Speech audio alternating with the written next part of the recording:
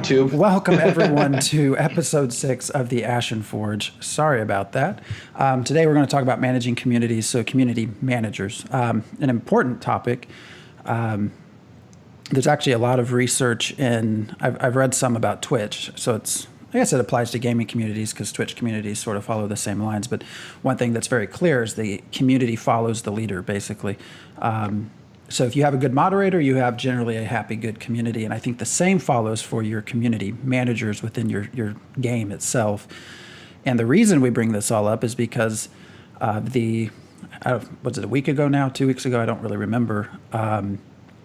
The Intrepid sort of had a shakeup. They parted ways with their community manager. There was even, for a few days, the moderators, right? And the forums and Discord left. Now, I think both of them have come back. Well, two of the main ones, and they've both come back, and now they've added on another community manager, but who I've been checking in the forums, I think started posting finally, but I try to capture everyone's posts. But anyway, so we wanted to kind of talk about the importance, sort of their role, their importance, because it's sort of odd timing, right? This was, a brand new AAA MMORPG. They're hyping the game. They're just had the most successful Kickstarter for MMORPGs ever in the middle of their summer campaign, backer, all these things. And all of a sudden, hey, we're going to part ways with our community manager. It's sort of odd timing. Over, would they say creative differences? Correct. She cited creative differences. The strange thing about the timing to me is we had been waiting several weeks we had a Kickstarter campaign.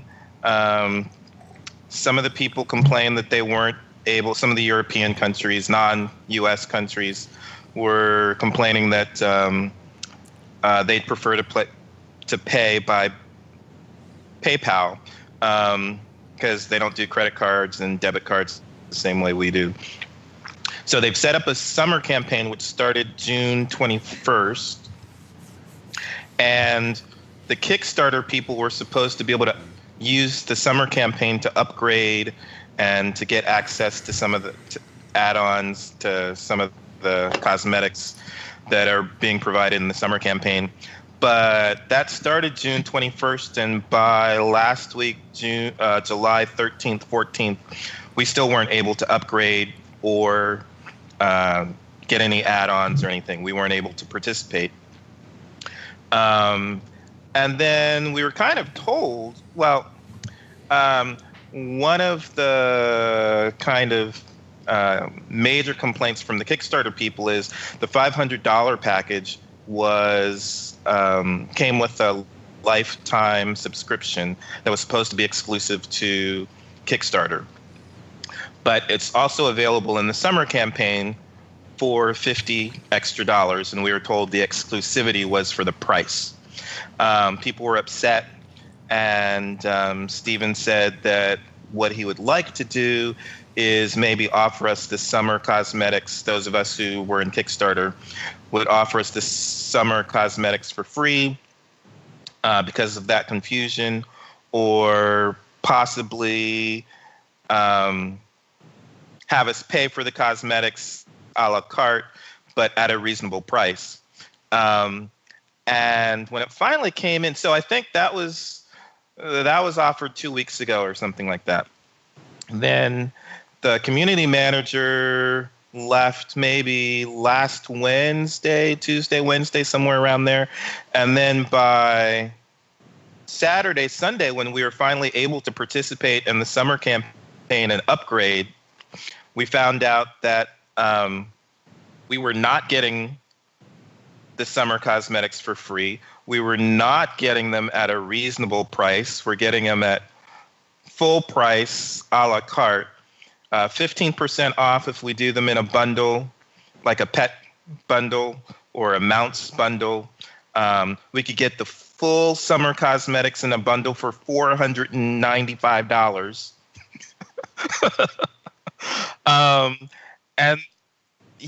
And then Steven said that he was going to give us the final backer reward for the summer campaign, which is a wand of many things, which we can use to change the appearance of other characters when we want turn them purple or turn them into a different race or something like that. And I was like, now maybe I see why the community manager might say I'm leaving under creative differences, because I wouldn't want to be around to have to placate the masses when you find out that I just upgraded. I upgraded before I learned that I'm not getting the cosmetics for free, and before I found out the reasonable price is going to be $495. And I don't really care about the wand of many things. So the interesting thing too was, I think the community manager Yahweh, Jennifer Bridges, left. I think it was around Wednesday of last week. But then the Thursday of last week, two of the moderators, the two main ones who are on the forums, but also on Discord. There's several others that are more active on Discord, not so active in the forums, but they both said they were no longer going to be moderators as well, and they were citing they needed more personal time. One said that they needed to work on their studies more. And then I think by Sunday or Monday, they were back on board as moderators. So it's like, so if you needed to take personal time, why aren't you still taking the personal time? But, okay. So it's a little odd. Bullshit. We have to point out, too, we actually don't have any insider. We are just speculating. So we don't know what's going on or why. And I don't. Well, I'm just saying, the timing is odd. Oh, incredibly odd. That's, I think, why we wanted to sort of talk about this. You cruise Discord more than I do. I mean, what's it been like? Has it been sort of this status quo? Or I read some forum posts, not very many, but I think they started asking why she left, and it was sort of met with what appeared to be sort of a defensive, well, we're moving on, and, not a lot was said about it. But no, I mean, and I'm not expecting, what are they going to say? They're just going to keep it cordial and say, we're happy. We hope she has a lucrative future and all that. And they're both going to do the corporate spin, and that's fine. It's just, I didn't follow up on that actually, but yeah, so, well, yeah, it's interesting. So I don't know what the details are. But again, it's just a little strange that the community manager would leave, and then 2 days later, or 1 day later, the two moderators would leave. But we definitely need a community manager who's more active. Another kind of odd thing for me, and maybe this happened with EQ Next too. No, I think we got more interaction with devs in the forums, in the official forums. We got a lot on Twitter. We have very, very, very, very little interaction with the devs on the forums, even the community manager on the forums, when Yahweh was, on board. Most of the interaction is happening on Discord, which is a little strange to me, but. Yeah, I mean, I've seen that Discord, and depending on which channel you're in, sometimes it just feels like you're shouting in a hallway with a bunch of other people shouting into it, and you really can't communicate very much. Maybe it's changed a little bit since I was last in there, but it didn't really seem like a place where conversation was really able to be promoted in an effective way. And of course, any meaningful discussion you have, unless it somehow manages to get pinned to the channel, it'll scroll on by and be lost. And right, there's kind of no value to that, honestly. For all the time and effort to go into having those conversations, just for it to be completely ephemeral and just something that only gets to exist in the moment for the moment there. That's not cool at all. That's, you know, I understand why some folks maybe have an aversion to Reddit. I remember Smedley was like anti-forum and pro-Reddit, and you know, it's kind of a weird platform, and it, you know, there's definitely the click factor. If you're somebody who's known, you're able to post, hey, look at this pixel, it looks like a piece of turd on the ground, and everyone will upvote it, but then someone will come through with like an actually critical post. It'll get a few upvotes, it'll get a few downvotes from people who don't understand it, but it won't get very many, you know, responses either way, and it'll just get hidden. So that's kind of the, you know, downside with Reddit.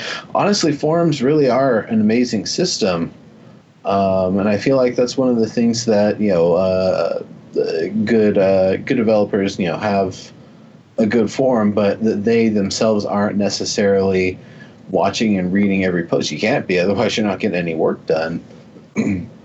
But yeah, instead, that's actually one of the roles of a community manager, is to go through, and this is something I had to do when I was excuse me, at Neopets as an intern, and then, you know, as I do now professionally, and something that I was doing while I was a volunteer forum moderator at Nexon. That's, you know, all I was doing, prowling around and finding things that were of importance, and you know, directing it to the appropriate parties. If it was someone that had like a really good post about like mechanics or design or something like that, I'd bring it to somebody's attention, and, you know, as a community, basically as a community liaison of sorts, that's kind of my role, is, you know, seeing what the community is trying to communicate to the devs, and doing it likewise, seeing what the devs are willing to communicate to the community, and trying to, you know, share as much of that as possible, so the community feels like they're more up to date on everything. So, like, when I was at Neopets, I was constantly being asked to check on about certain events going on, certain site games, and that sort of stuff, see what people were thinking, if they liked it, disliked it, issues, etc. And, you know, you can get a lot of good information. I actually didn't get that much good information out of their forums. It was just like, oh, yeah, this game's great. But it's definitely, you know, one of those things where it's more than just somewhere for the players to communicate with each other and read about stuff from the developers. It's more than just a place for the developers to come down from on high and grace the community with an answer at a, you know, 1 out of every 100 posts or something. There's a lot more going on behind the scenes than the actual actions you see being taken. It's actually a really interesting dynamic to see what happens behind the scenes. And I haven't gotten to work at a studio where, you know, there were a whole lot of community managers that you know, had to do different tasks and split things and differentiate stuff between, you know, who's doing what and all that. So I'm sure at a larger level, when you've got a larger studio and a bigger team, it becomes a lot more interesting. You can defer a lot more of the tasks and have, you know, more specificity, allowing greater success with the roles that the community managers are actually performing. Yeah, I just think it's easier to, well, generally it's easier to search for your dev interactions through the forums, or even through Twitter, or even through Reddit, and it's very difficult to do a search for that in Discord. So I'd rather have, I mean, so we have interaction with the Revival Teleston devs, but they aren't relaying a lot of game info to us, right? They've got the fireside chats for that.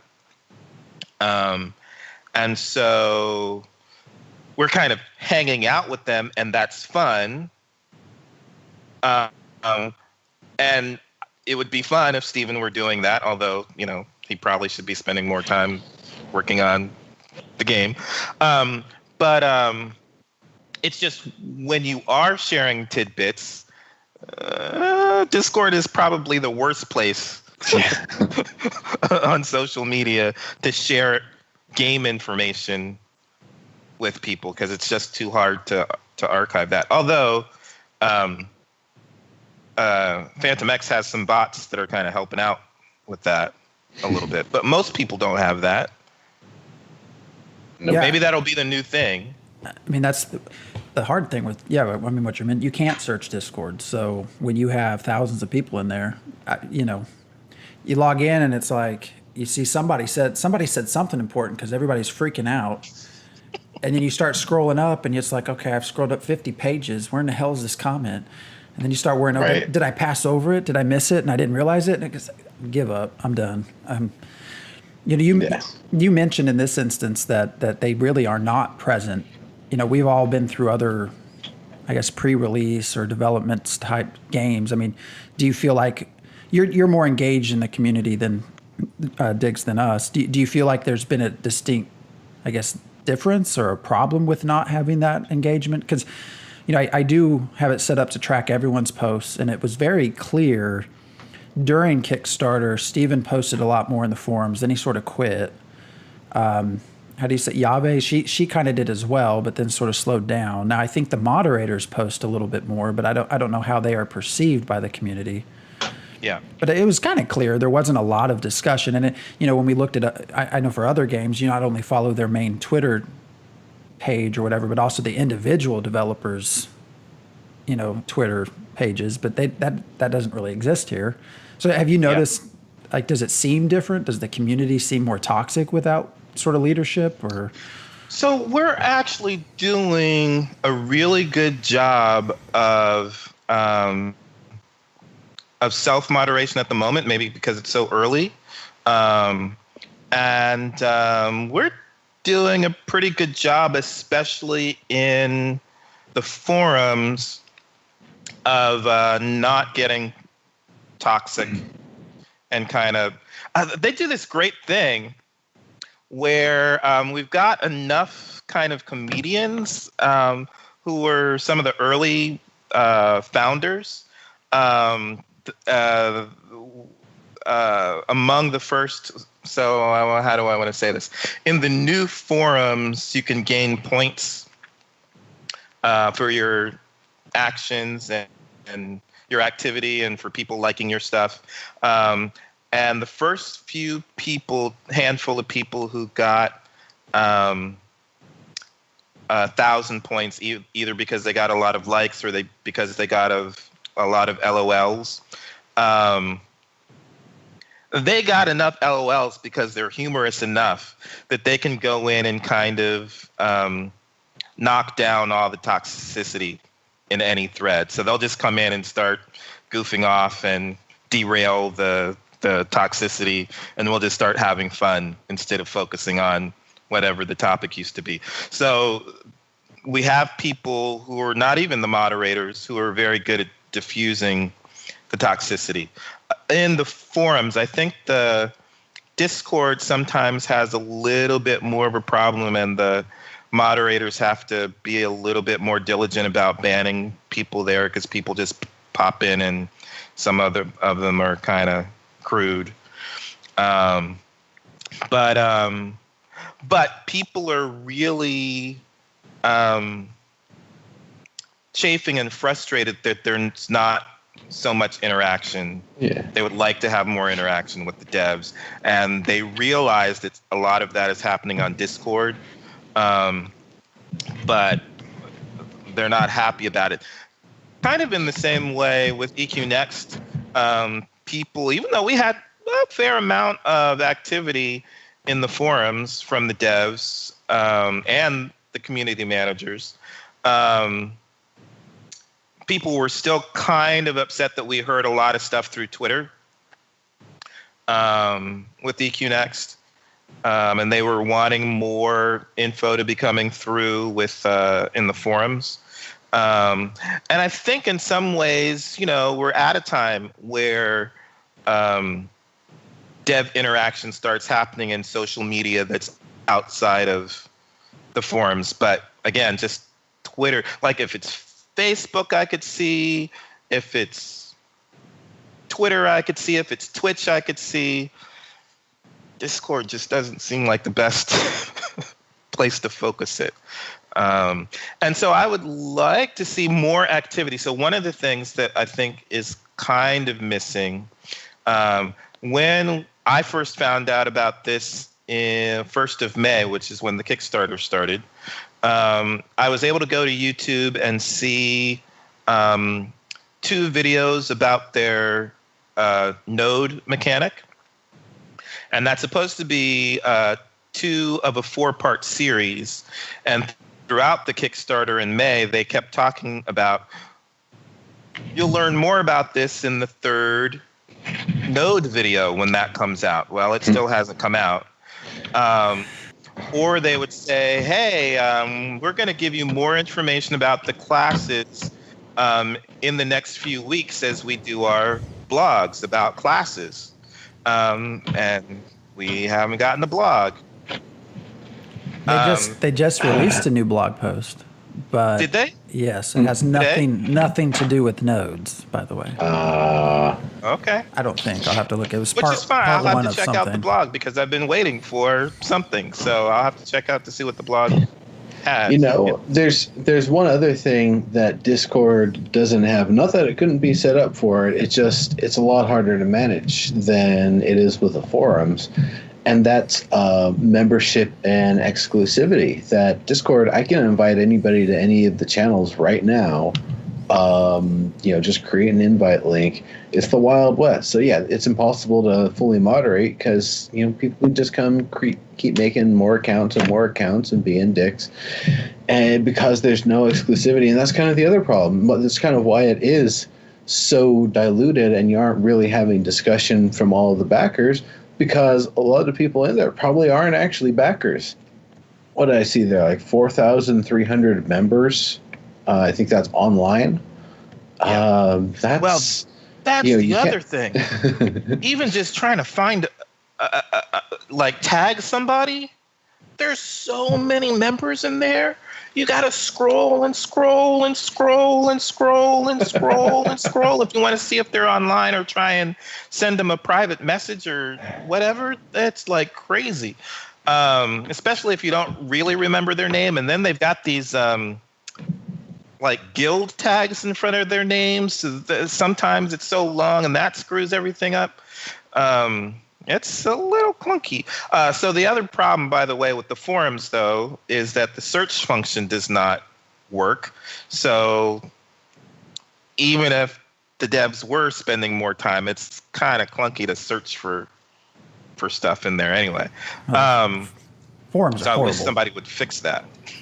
That's probably why there's nobody ever posting from the dev. They don't want to mess with it. Yeah. Yeah, I would like to see every 2. Well, I guess they're supposed to be doing the live stream every 2 weeks, so that is a good thing. But I would like to see blogs on a more regular basis, or I guess I'm trying to think. So the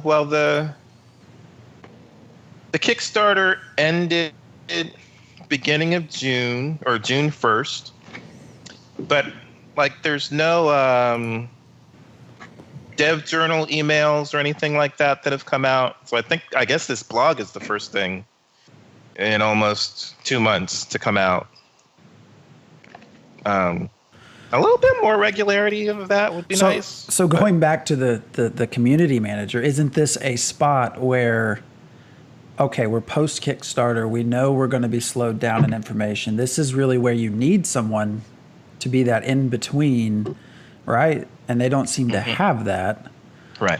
I can tell you Discord is the only one that's unique. So what I mean by that is if you look at Twitter and Facebook, they post the same thing to each site. So it's basically duplicates each time. Right. And I don't think they even really reply to many people to individual questions. So this is the time to have a community manager. Ooh, Valix? Yeah, he's here. That's crazy. Hey, Valix. So what's the best game you've ever is there a game that you feel like has had the model for, this is how you engage your community? I mean, go ahead. Your own. No. The most professional forum I've ever seen for any product ever was the paid professional forum for Poker VT. And I've seen Other things attempt to do it in this way, but basically the way they've got it set up, if you make a post and it's for a new subject, you post on the mega thread, and they will put your post based on what it's about in a category of posts, of similar subjects, but that are about different things. So if you're talking about, maybe coming in with this certain type of hand and this type of pot and this type of game versus that type of hand and that type of pot, like you're talking about two different poker games or whatever, but some sort of situation where it's like really weird and you're trying to get advice for it, and it's the first time that's come up, okay, those will be added to the main thread. If other people come with similar posts or come with something that comes up very, very much along the same lines, what happens is their post gets consolidated into the existing post on the subject. So instead of it being necro-bumped, it continues, the conversation just continues where the conversation was already going on. And it's done in that way. So instead of having thousands of subjects going on about all these different things where, hundreds of them are actually about the same 4 or 5 things, all of those discussions are kept together.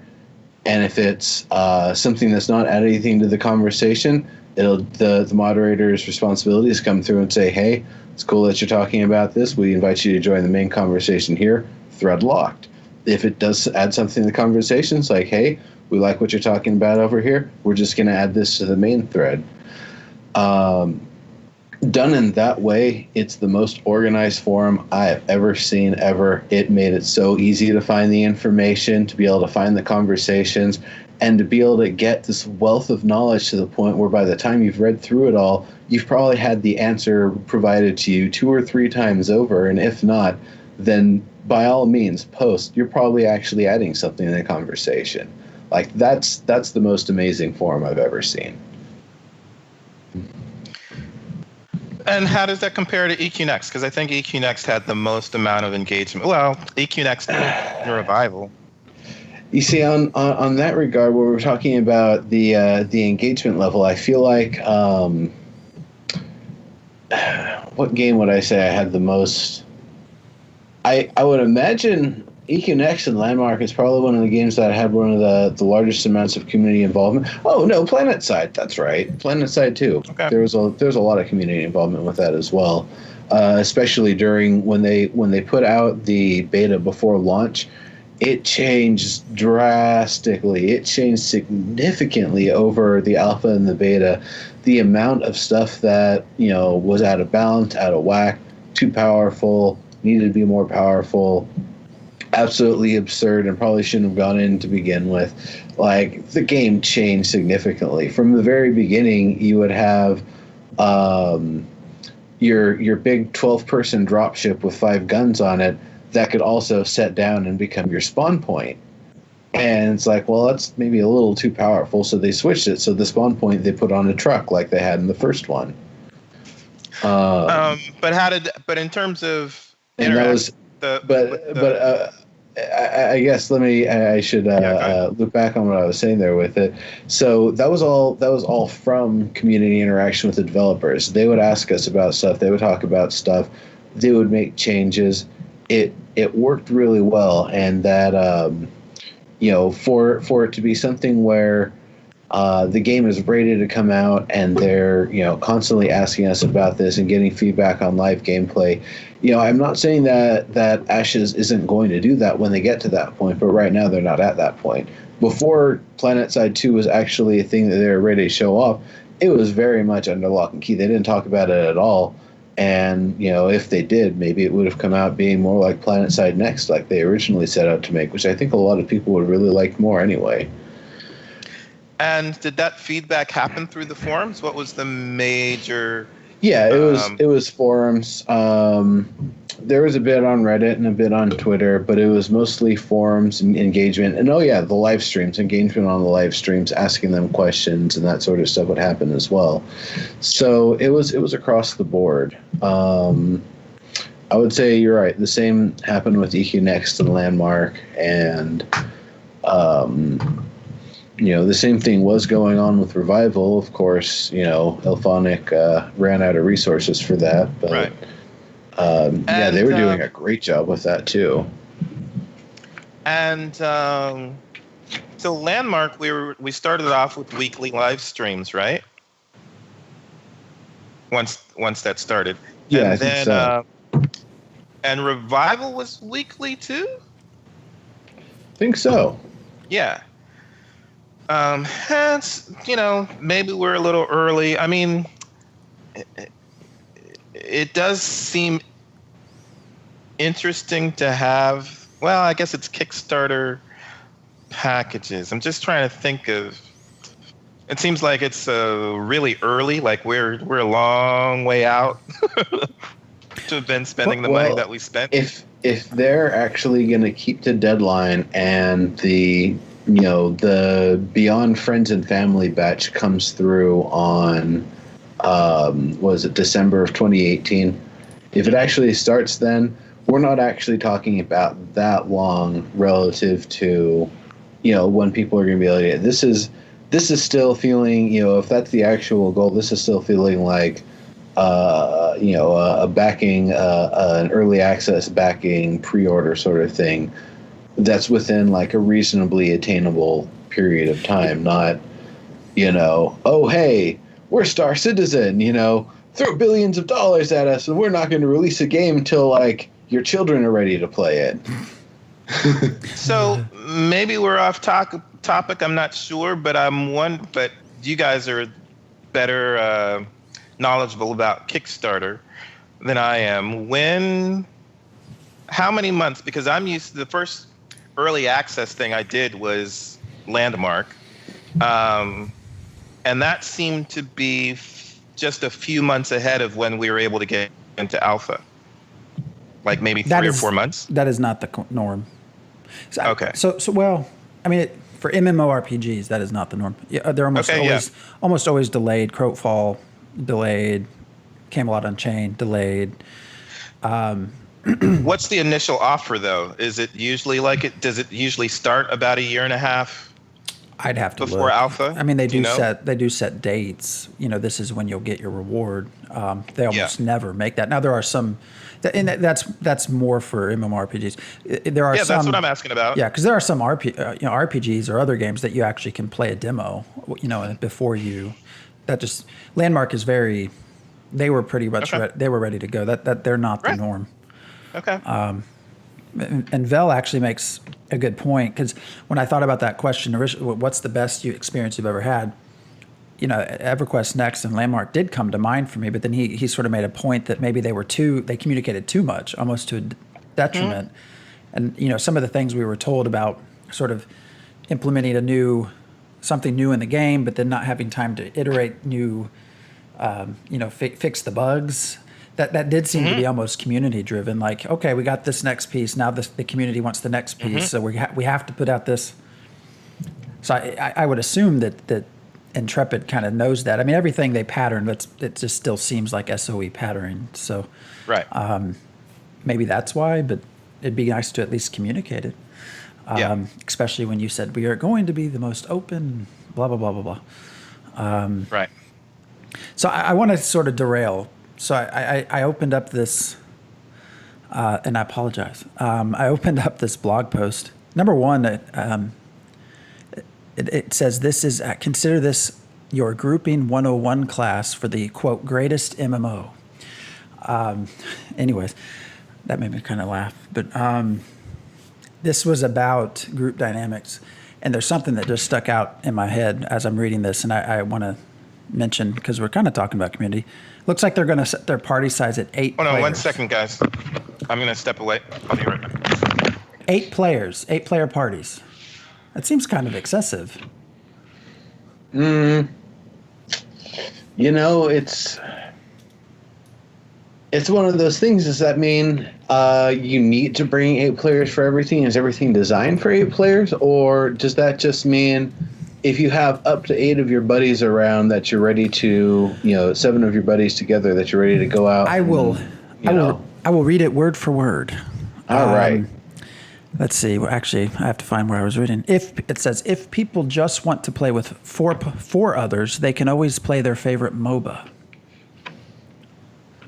So I get the sense you have to have 8 players. It's just that's like a weird number, right?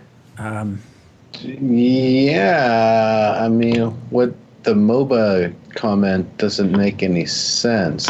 That's there's other games where you play like 5 They want a people. larger party because they want to put massive back in massively multiplayer. I don't think there ever was an MMORPG that had 8-player groups.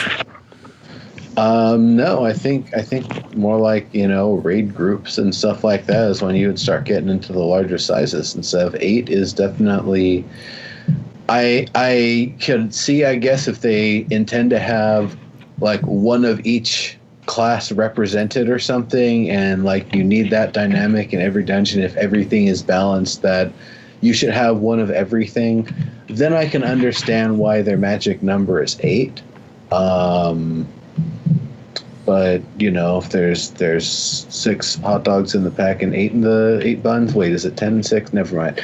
But it's just kind of a weird. You're right. It's a weird sort of sentiment that if you're going to be doing group content, you better be doing it with 7 other people, being kind of their hardline stance on it. Well, if I'm not going to be able to go play around through the game as a solo traveler, historian, adventurer, bard, storyteller-y person, then I'm probably not going to be playing the game that long, honestly.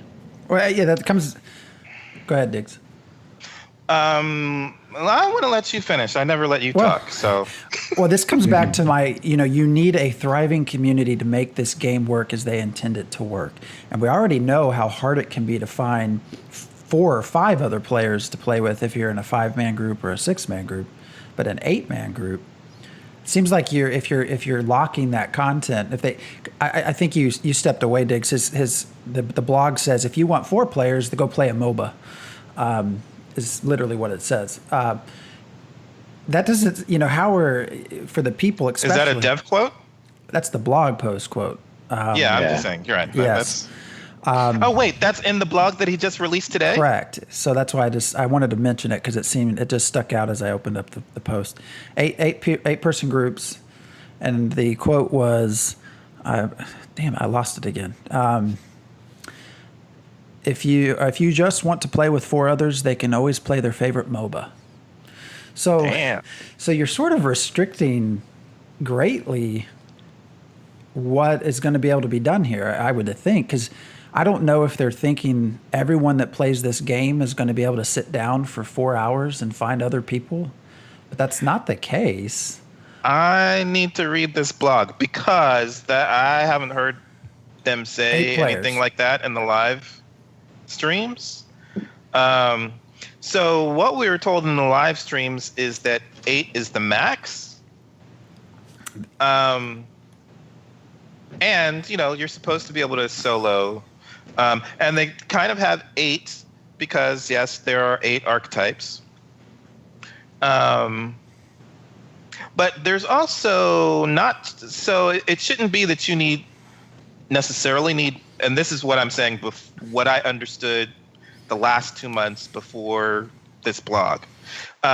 You shouldn't necessarily need one of every archetype, especially since you can do secondary roles. But there's also utility. So, like, finding secret doors or disarming traps, finding footprints, like rangers have that utility to find footprints, and I guess the rogues will be disarming traps, and the rogues can climb, the mages can detect magic, the clerics can purge curses or diseases, and so there's non-combat utility skills that people can have. So it seems like that makes it so that you don't necessarily have to have 8 people to complete the dungeon. And I don't know. I think that it may be that we're going to be able to complete sections of the dungeon because lots of the dungeons are open world. And I don't think they're all intended for us to necessarily complete on the first foray through. And it may supposedly possible to bring along artisans to repair stuff. So it's not all supposed to be just about combat. So I'm surprised that there would be a thing about the 4, if you want to bring 4, that would be a MOBA. But also going back to, there's one other, I think it will be easier for us to find people that we normally play with because we're going to be focused in these cities and we're going to be living in the cities, progressing the cities together from village to town to city to metropolis. So we should know not only who else is online with us, who else we've played with before and what time they will be on, but also where they're likely to be, because we'll know where their house is and we'll be able to, like in Landmark, just walk into their home. So I think it'll be easier for us to find the same people time after time. We won't have to look for a group quite so hard is what I'm hoping. Hopefully, if it's got enough numbers, then it shouldn't be an issue to find people. Yeah. You said something in chat there about it seeming like the 8-person groups is only for specifically group content, or did Alex say that? Oh, I did. I mean, reading the blog comes across as if you're in a group, it will be 8-person group, which is kind of confusing because then how are you supposed to solo? But I don't know. Well, it's a volume factor. You can sneak around solo and things won't pay you any mind. But if you've got 3 people, they'll menace you the same way as if you had 8 people. And actually, Diggs, I think. You mentioned not having to have every archetype. They actually specifically say that this will create a need for each archetype in every party. A need for each one, and I got to read this blog. It doesn't sound like what they've been saying in the other live streams. So 2 other things come to mind. It's going to become the Holy Octopus instead of the Holy Trinity. It's like, okay, tank, you've got a healer on you and a buffer on you, rogue, bard, you're distracting things, necromancer, you keep everyone alive, and the minions are the last things we kill. Like, is it just going to become this, like, best practices 8 things that you have to do in every dungeon? Or is it going to become this thing where there's puzzles that, like, maybe 4 of your people have to be doing some ritual casting while the other 4 are defending them? If it's stuff like that, like puzzly sort of things, I'm down for that. That's cool. But I think that's, let's see what the designers come up with. Because what they've been saying in the live streams is that you would likely need something like the Trinity, and then from there you kind of go and fill in the rest. Not because people have asked, is there going to be the Trinity? And they were like, well, yeah, probably. You want to have. They didn't say no. Actually, you're going to want the octopus. Like, that's kind of crazy.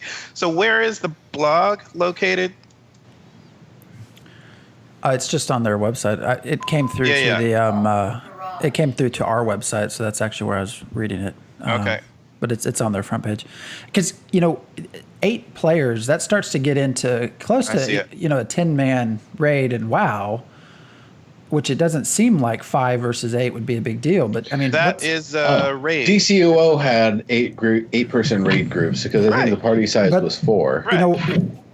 What's one of the you start to get so large. I mean, what's one of the main complaints of a raid leader is beyond the content is getting everyone to do everything and not complain.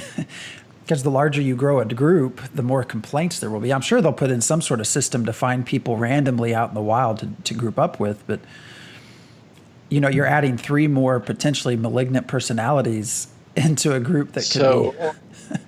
That's a lot to manage.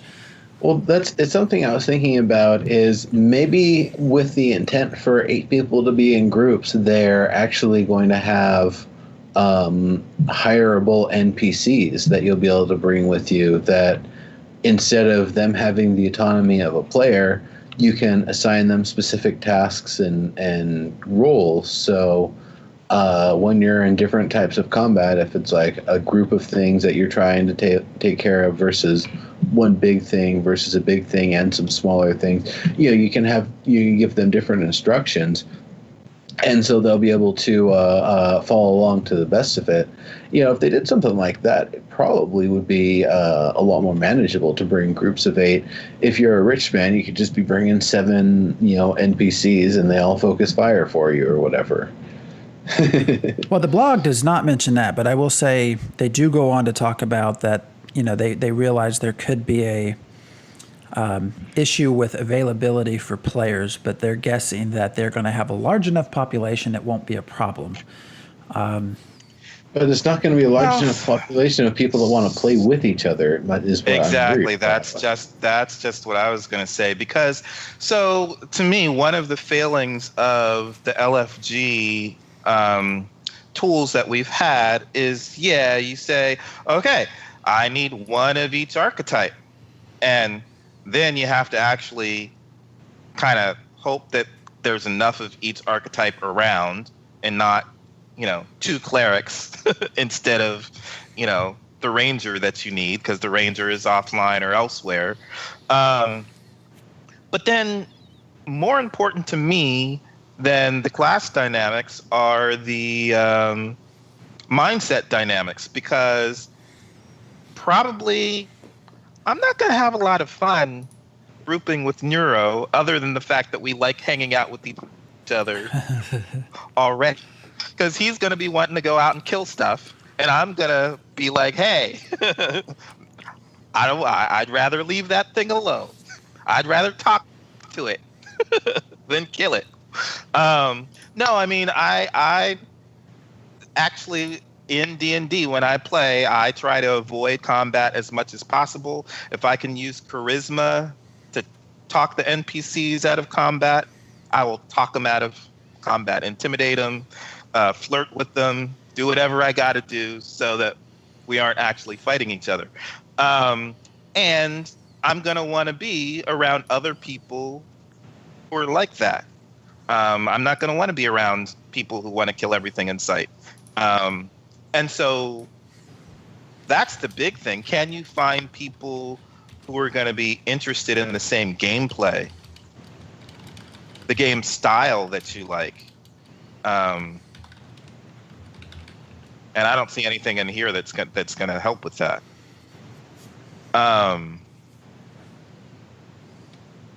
It just baffles me. I don't get it. They seem to just be making some decisions that just, I don't know. Because there's another part to this post too, which is it's kind of interesting in that I've never heard this idea. They talk about loot rules as well within your group. And there's a bidding system where if you want something and a person in your party wants something also that fell, that maybe you're going to have to bid your own gold for it, and the highest bidder gets the item, and the gold they spent goes to the rest of the group. So you get to fight and then have to pay for the loot that you got from fighting. Yeah, that's another reason why it's going to be hard to sell people on the idea of getting 8 folks together in a group unless the class-specific gear restrictions are so stringent that that's why you only have one of each, because you're only ever getting equipment that you're going to use for your character. And, if you're getting stuff for your alt or whatever, screw you. That warrior should take it anyway. Even if it's not. And we want to make and we want to make sure there are plenty of options for parties, friends, and guilds to choose from. And I'm left thinking that doesn't sound like friends to me, where I got to pay gold to try and get and then it becomes the loot that I want. Whoever has the most money gets dibs on items. Right. Which means gold farmers are going to be a big deal. Yeah, I mean, these are not people that I want to group with. So that tells me I'm not going to be grouping. It's a deterrent to grouping for me. well, Yeah. if all the content out there is 8-man content, then you're screwed. Right. And I think this is the problem that we're going to be facing, having the player as the lead game designer. You know, because his big thing is that he's been playing MMOs since he was 8 years old. And so he's a gamer first, and this is his first foray into game design or whatever. And he thinks that that is a plus. But then when you, well, I guess it's kind of like Shrouds of the Avatar when, you know, that game designer's like, yeah, it's going to have to be a full group. Like, really? You think people are going to want to play that? To be fair, Lord British I think very clearly has made it, because I've had not Shroud of the. Is it Shroud of the Avatar that I'm thinking of? It's not Lord British. That's not the one I'm. That's his. Of. What's the one where? Yeah, no. What's the one with the other guy where you have? It's going to be super dark and you have to have a full group and. He came on our show a couple of times. It's not Shroud. Saga Lucemia. Saga Lucemia. Yeah, that one where it's like, he's making the game that he wants to play with his. Here's the difference, though. 5 RPG, but I'm just saying he's making the game that he wants to play. But he never came out and said that he is going. You know what does this blog even? What does it call it? The greatest MMO. Like they've made it very clear. Yeah, this isn't for everyone. Even Shroud of the Avatar, Lord British has also made it very, because I don't think he even considers it an MMORPG, actually, if you talk to him, because there's an offline play option. You know, calling it, self-proclaiming it the greatest, it reminds me of that jerk, was it Maddox or whatever? It's just like, you know, I'm just paid to be an asshole on the internet or whatever. Come see my website. It's the greatest website on the internet. Everything else sucks. It almost like that's kind of the vibe I get from it, honestly. It almost, in every footstep following EverQuest Next, and the positives and the negatives, it almost feels like the same. I feel like part of their problem was they tried to do too much. They tried to do too many. Well, that's things. For sure. Now theirs was, I think it's fair to say, more on the sort of tech side and the voxels and the AI that they tried to introduce novel ideas in a more in a way that was just difficult from a tech coding standard or position. But this seems impossible from what I recently heard. But this seems like they're just trying to, and I don't know. It seems like we're going to make things grand, but they're trying to do too much, like too many different changes. And again, when it comes down to your game is central to your community, I just don't. I don't know. It's interesting choice. Yeah, I'll have to read through it in depth, but it reads to me more like this is the way I like to play. So I'm going to make the game that not even we like to play this way, but this is specifically how I like to play. I've got millions of dollars to make the game I want. And what's interesting is we talk about community. We started off talking about a community manager, and they're so big on community, yet they don't engage with their community. Every post is about, we want the best community. Well, they don't feel welcome at this point. Not all of them. But. Wow. I just can't fathom going into, greed. Actually, in the forums, people were saying they hope that we're getting rid of that. So even that just being a part of it seems kind of undesirable from what I've seen in the forums. I'm going to be eager. I'm getting the sense that there's sort of a lot of, they say one thing and then another thing sort of happens, or their position, which is fine. But maybe you shouldn't be so quick to say something to begin with if you're not really sure what direction you're taking.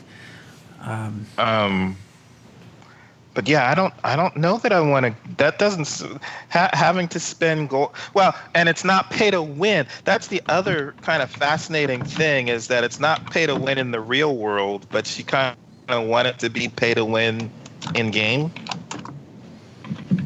And then you still might not win because somebody might outbid. Well, that's true. I didn't even think that way. If you're going to have a bidding, again, it does come down to who has the most gold or whatever. They get whatever they want.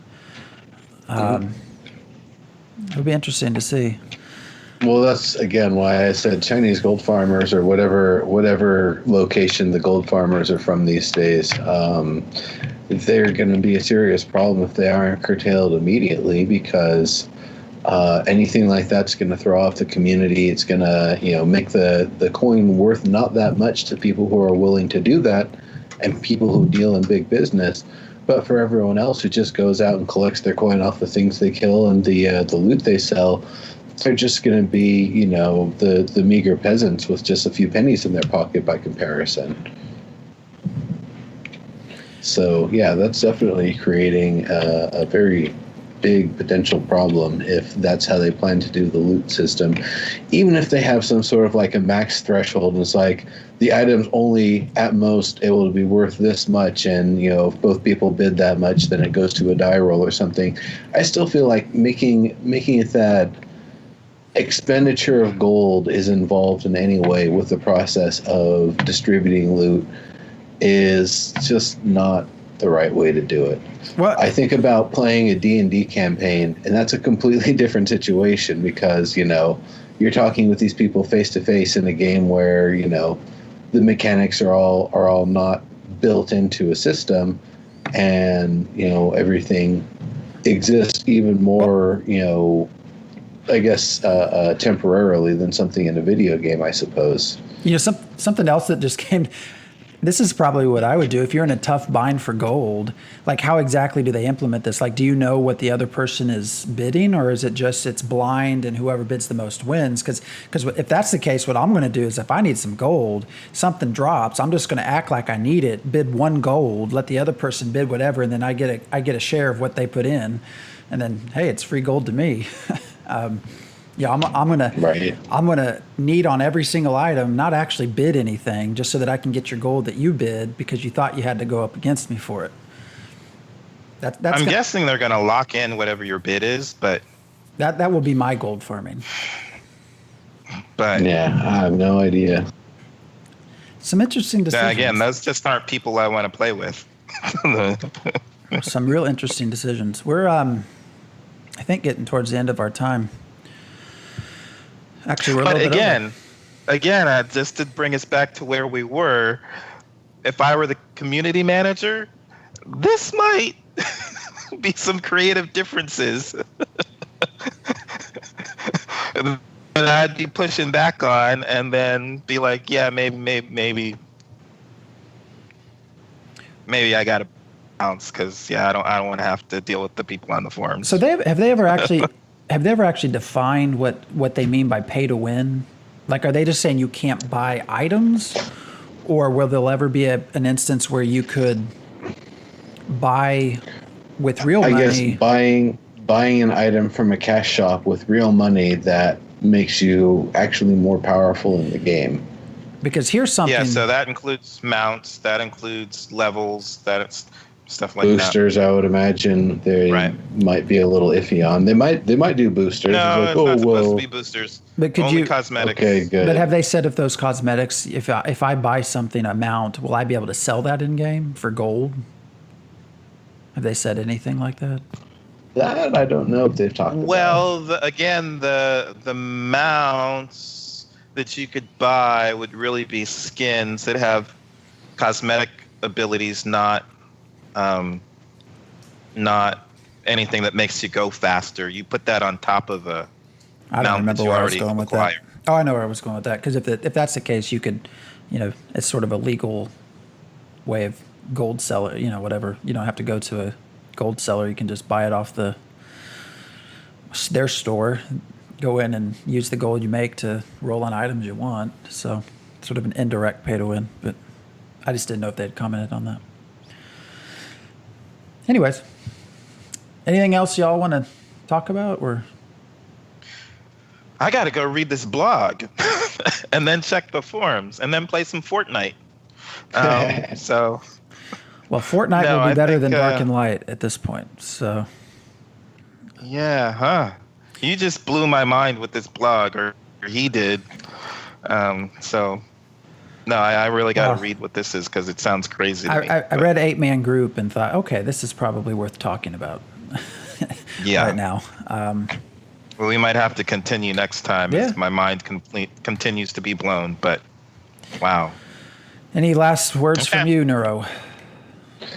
No, we could definitely talk more about community managers and stuff. There was a whole list of stuff that we didn't even get into about what a community manager actually is and does. But, I'm sure we'll have more to say about this subject in the future. Mm-hmm. So my thing, Intrepid Studios, Stephen Sharif, if you want to be open and claim to be the most open, you need to be doing a better job with your community management.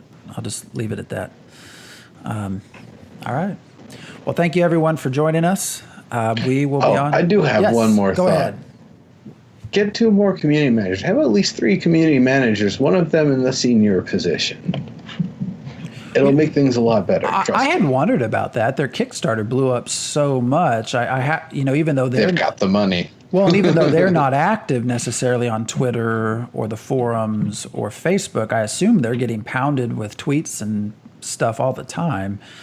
Is one person really enough to manage at this stage?